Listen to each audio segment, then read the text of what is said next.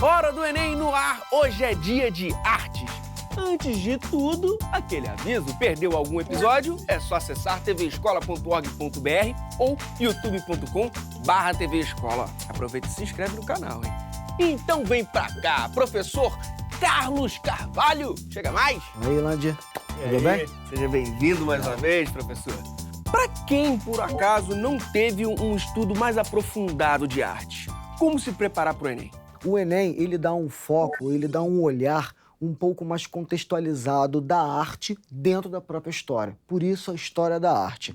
Então, eu sempre falo assim, olha, recorre à internet. Se você não encontrar nenhum livro, porque, infelizmente, não temos uma gama de livros de história da arte para o ensino médio, recorra sempre à internet. E aí eu dou sempre uma dica. Se você quiser saber sobre o Renascimento, escreve Renascimento, espaço PDF. Por quê? A extensão PDF ela vai te direcionar a artigos de pessoas que estudam o Renascimento, de materiais que possam auxiliar, no seu próprio estudo, de pessoas que vão escrever em específico sobre a arte renascentista ou qualquer outro assunto que você desejar. Bom, a primeira questão é sobre decolagem. Mas, professor, o que é decolagem? Essa técnica ela foi criada a partir dos anos 50, através de um artista italiano, e ele também era poeta, e que ele percorria as ruas de Roma arrancando cartazes. Então ele pegava 1, 2, 3 cartazes e ele remontava uma nova peça. Então, na verdade, é uma decomposição para compor, dando um novo significado. Ele vai criar uma imagem em cima de outras já existentes. E que artista é esse, professor? Bom, o artista é o Rotella. Ele é um artista que ele vai em contraponto àquilo que o Picasso ele desenvolveu durante o cubismo. Só para você ter uma noção, o que Pablo Picasso utilizou no início do século XX é o collage. Só que Picasso ele fazia o seguinte, ele retirava uma imagem do seu habitat natural, vamos dizer assim, para criar uma nova imagem. Então ele pegava um pedaço de uma imagem de um livro, pegava o recorte de um jornal, pegava um pedaço de tecido, pegava um pedaço de madeira e ele montava uma nova imagem.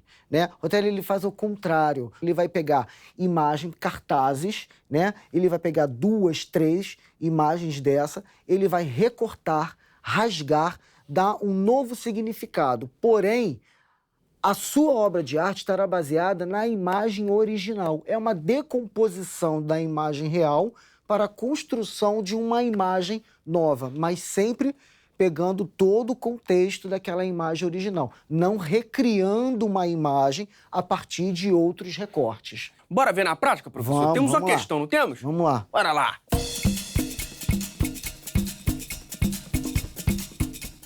Tá aí, ó, questão 98 do Enem de 2016, caderno azul, segunda aplicação. A técnica da colagem, utilizada por Mimo Rotella em sua obra Marilyn, é um procedimento artístico representativo da década de 1960 por...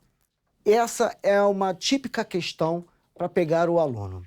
Primeiro, o tema decolagem não é um tema muito abordado. Se fosse colagem de Pablo Picasso, isso já é um assunto até conversado dentro de sala de aula, que é uma das fases do próprio cubismo, e que vai ser absorvido pelo fauvismo na França, depois ele vai ser recriado no próprio dadaísmo de Marcel Duchamp. Então, essa questão é aquela típica que vai pegar o aluno. Vai induzir ao erro, né? Isso, e aí a importância de se estudar a história da arte, a importância da valorização da disciplina. O aluno, mesmo que não tenha o contato diário dentro de uma sala de aula, ele deve recorrer, sim, aos estudos. Como dei aquela dica no início, joga na internet. O Enem ele tem um olhar mais apurado para a vanguarda europeia, a arte no início do século XX. Então, estudar esses movimentos artísticos, os seus desdobramentos, o que acontece não só nos grandes movimentos artísticos, como o cubismo, fauvismo, futurismo, mas também esses outros menores movimentos artísticos. Então, é uma importância muito grande dessa contextualização, não apenas histórica, mas também tem um olhar um pouco mais carinhoso com a história da arte, que é cobrada no Enem.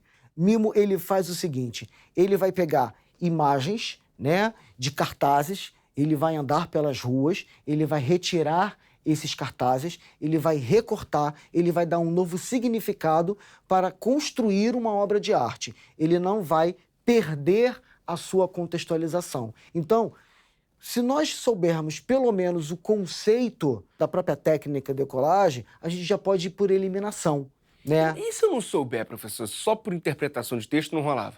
É um pouco difícil. A importância da leitura nesse momento, principalmente para o estudante do Enem, ela é de extrema importância, né? Você conhecer os movimentos artísticos, você conhecer a contextualização histórica. Se nós pegarmos aquela última aula, quando eu falei sobre o cubismo, né, quando os artistas do século XX eles vão romper com todas as tradições acadêmicas, criando um novo conceito de arte, se afastando das regras, né, desconstruindo a forma, desconstruindo, esse conceito já ajudaria o aluno a resolver essa questão. Entendi. Então, recorra lá aos vídeos anteriores que vocês vão pegar essa explicação dessa desconstrução da imagem. Então, aí fica ligado, hein, galera? Já sabe, né? Vai lá no nosso site ou no nosso canal. Então, vamos lá. Visar a conservação das representações e dos registros visuais. Bom, não é um interesse em conservar alguma coisa. Pela lógica, ele está tirando um cartaz, está recriando uma obra de arte. Então, não é com a intenção de conservar essa representação.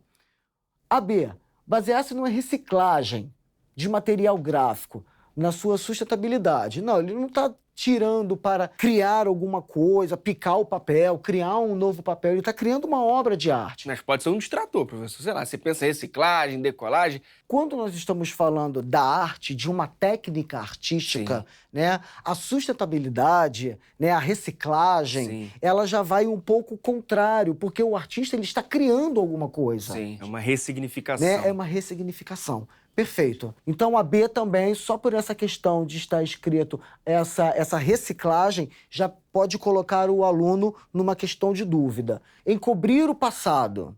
Eu estou querendo encobrir o passado? Não. Ele está pegando uma imagem, está dando um novo valor a essa imagem. Uma ressignificação. D. Fazer conviver campos de expressões diferentes e integrar novos significados. Opa, a palavra novos significados já pode despertar, inclusive naquela pergunta que você fez, mas será que só pela interpretação eu consigo responder? Porque certas palavras, inclusive na própria resposta, podem servir de ajuda para você chegar a uma conclusão final. O não só apenas marcar o texto, a técnica decolagem, década de 90, o nome do artista, a legenda, né? Você observar a legenda, que a legenda pode ter alguma dica de quando foi feito, por quem foi feito, o nome. Eu não reconheço a pessoa, mas ali tem o nome, aqui está o nome do título. E para esse tipo de questão, que é uma questão que é a famosa pegadinha de uma técnica que não é muito estudada, de uma técnica que não é muito falada, né? Eu já posso ter uma noção daquilo que eu vou responder. E vamos para a letra E. Abolir o trabalho manual. Essa é a primeira, né? Porque é totalmente manual esse trabalho. Ele está rasgando, ele está recortando, ele está retirando, ele vai até a rua, ele tira o cartaz, ele procura outro cartaz e vai remontando. Então, é a letra D. Então, reforçando, letra D, fazer conviver campos de expressão diferentes e integrar novos significados. Perfeito, novos significados é ali, né? É a expressão-chave. É a palavra-chave. É nesses momentos da dúvida, nossa, eu nunca estudei esse movimento artístico, eu nunca vi isso acontecer, eu nunca vi passar isso. É o momento que o aluno tem que parar, dar aquela respirada, manter a calma, né? Ficou com muita dúvida? Pula para a próxima. Vai fazendo o restante, depois volta, lê com calma, aí passa. Vai e volte até a sua mente estiver totalmente livre das outras questões para resolver essas que tem aquela tem que ter dúvida um cuidado maior. Isso, um cuidado maior, uma atenção maior, uma leitura maior.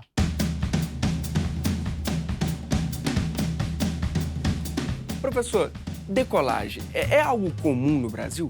A técnica de decolagem ela foi muito utilizada por alguns artistas brasileiros, né? Por uma questão de estudo, né? Como, por exemplo, Elliott Sica. Elliott Sica ele vai utilizar a decolagem para a construção do volume das suas peças artísticas. Ele vai retirar desse momento. Porque a decolagem, ela lembra um pouco do colagem que foi feito durante o cubismo com Pablo Picasso, com Braque, depois com o futurismo e por outros movimentos artísticos. A técnica de decolagem ela vai ser utilizada por esses artistas, principalmente a Elliott Sica. Lígia Clark também vai utilizar essa técnica para poder construir, ter uma visão de volumes, né? Atos Bulcão também vai utilizar a técnica, né? Então, os artistas brasileiros, eles bebem dessas fontes, né? A gente brinca com essa palavra, beber da fonte, recorrer a outros artistas para poder estudar as suas técnicas, poder estudar as suas formas, o seu modus operandi de fazer e poder também fazer aqui no Brasil nossas peças de grande importância também. Como você classifica essa questão? Fácil, média ou difícil?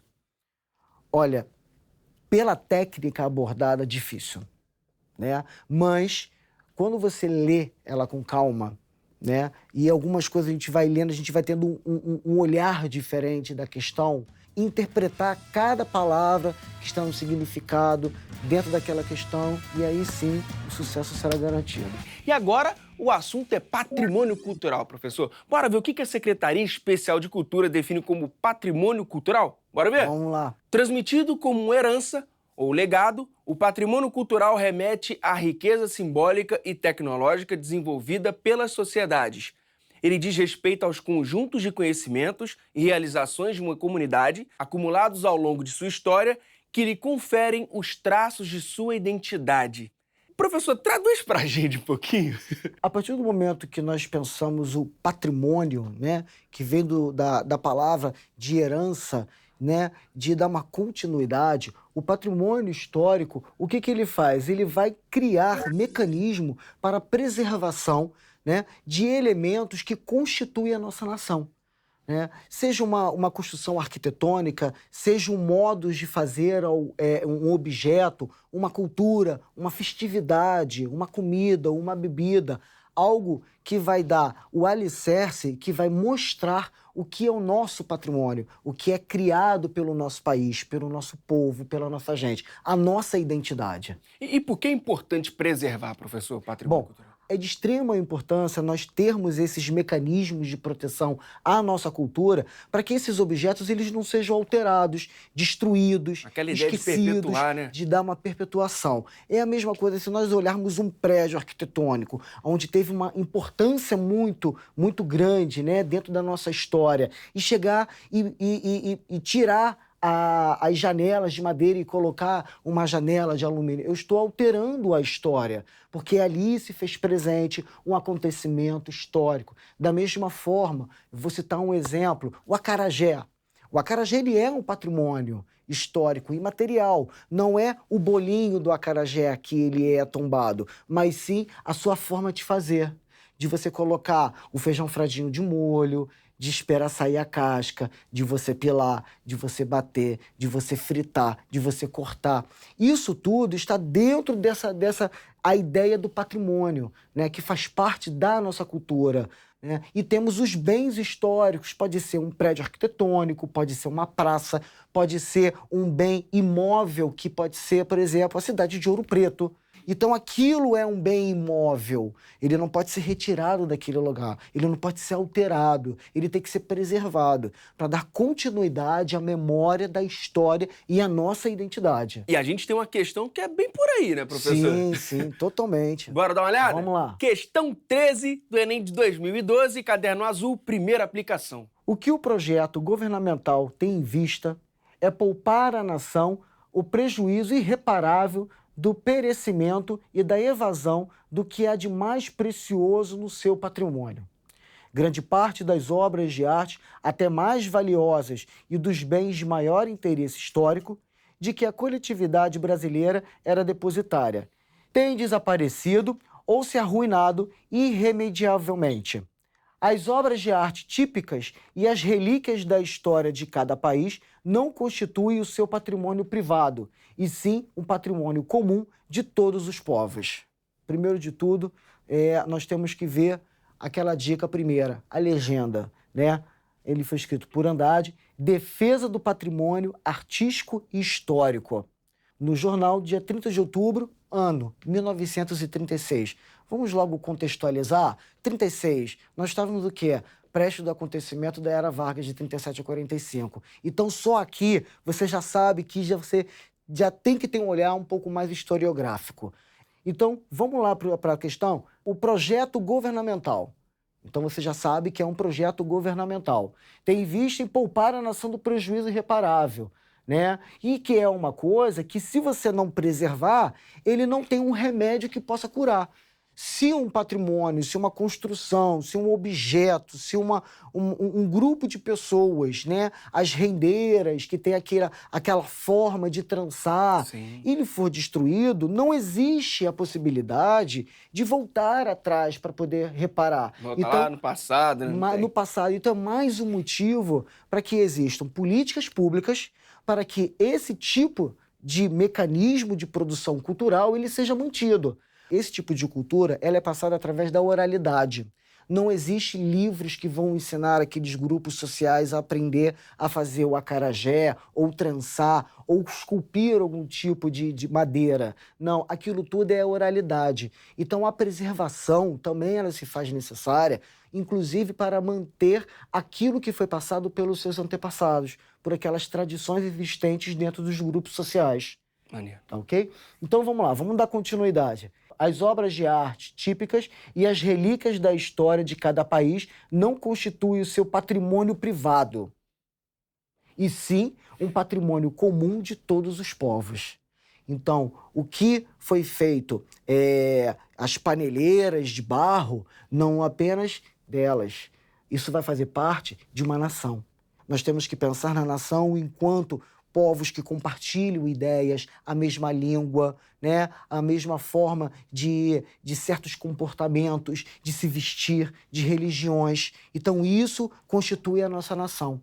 Então, essa preservação é justamente para isso. E lá em 1937, foi criado um órgão, né, que iria começar a pensar nessa preservação desses objetos, da arquitetura, de construções, de praças, que são patrimônios maiores, e os patrimônios imateriais também, né? Que são festas populares, as comidas, as bebidas.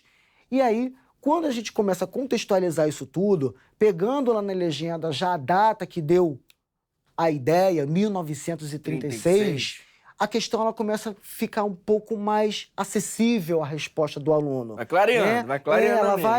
Ela vai despertando o interesse. E aí, vamos lá. A criação no Brasil do Serviço do Patrimônio Histórico Artístico Nacional, ou seja, ele já deu o que é, né? O SPAN, em 1937. Ou seja, a reportagem saiu em 36 e já fala da criação, em 37. Ou seja, era Vargas. Teve o projeto e Teve sim, aconteceu. E depois o acontecimento. Sim. Né? Não apenas ler a questão, mas interpretar a questão. E em 37 foi orientada por ideias como as descritas no textos, que visavam submeter a memória e o patrimônio nacional ao controle dos órgãos públicos de acordo com a tendência autoritária do Estado Novo, transferir para iniciativa privada a responsabilidade de preservação do patrimônio nacional por meio de leis de incentivo fiscal. Bom, só nessa questão, quando a gente fala de transferir para iniciativa privada, ela vai contrário ao que o próprio texto diz. Se existe um projeto governamental que está pensando na manutenção, na proteção desses equipamentos urbanos e de toda outra cultura imaterial, né? Então, a letra B a gente já pode eliminar de cara.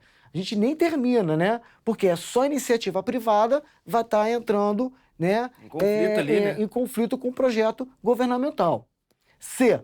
Definir os fatos e personagens históricos a serem cultuados pela sociedade brasileira, de acordo com o interesse público. D. Resguardar da destruição as obras representativas da cultura nacional, por meio de políticas públicas preservacionistas. Opa! Determinar as responsabilidades pela destruição do patrimônio nacional, de acordo com a legislação brasileira. Nós temos que ter muito cuidado em certas questões do Enem, porque algumas opções, elas vêm assim, me marca. Como, por exemplo, a opção C, definir os fatos e personagens históricos a serem cultuados pela sociedade brasileira, de acordo com o interesse público, né? Obviamente que um aluno que está muito mais atento a tudo que está acontecendo, ele vai olhar essa questão e já vai ficar um pouco mais interessado em marcar ela. Mas, obviamente, que o Enem, ele não vai querer atacar, né? Ele está, primeiro, expondo um problema, expondo uma questão, falando sobre um projeto governamental que era para proteger esses locais. Então, obviamente, que a resposta ela não pode estar contrária àquilo que ele escreve. Então, a gente tem que tomar muito cuidado, inclusive com as emoções. E aí, de tudo que nós falamos, resguardar da destruição as obras representativas da cultura nacional por meio de políticas públicas preservacionistas, ou seja, eu estou querendo preservar. O próprio texto ele já está dizendo o projeto governamental tem em vista de poupar à nação o prejuízo irreparável do perecimento e da evasão do que há mais precioso no nosso patrimônio. Então, resposta, letra D.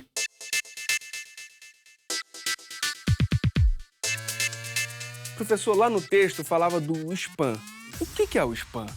Bom, o SPAM ele foi um órgão criado, né, durante a Era Vargas, que justamente ele tinha a intenção na preservação desses objetos, dessas construções, né, para poder manter a ideia de uma identidade nacional. Então, esse órgão ele será responsável não só apenas na preservação, mas também na avaliação. É um órgão que vai receber, inclusive, pedidos de órgãos, de pessoas, de grupos sociais, né, e eles vão analisar aquilo para saber se realmente, né, aquilo faz parte de uma cultura, faz parte de uma sociedade e que mereça ser resguardado, né, e ganhar o título de patrimônio. Professor, esse órgão depois virou o IPHAN? Isso. Só que ele vai ser agora dividido em algumas outras partes. Nós teremos agora a cultura material, né, aquilo que nós podemos observar como uma construção arquitetônica, né, um prédio, um objeto que é feito por um grupo de pessoas,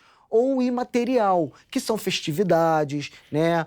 Estilo musical. A congada, um estilo musical, o jongo, o carnaval e comidas, o acarajé, a feijoada. O IPHAN, ele vai ser o órgão responsável, né, em não apenas chegar até esses espaços, de olhar, de avaliar, né, e de proteger. E, posteriormente, esse espaço ou a cultura imaterial ganhar o título de patrimônio. E chegou o momento dele, que já se tornou patrimônio aqui do Hora do Enem, o nosso Momento Pop Prof.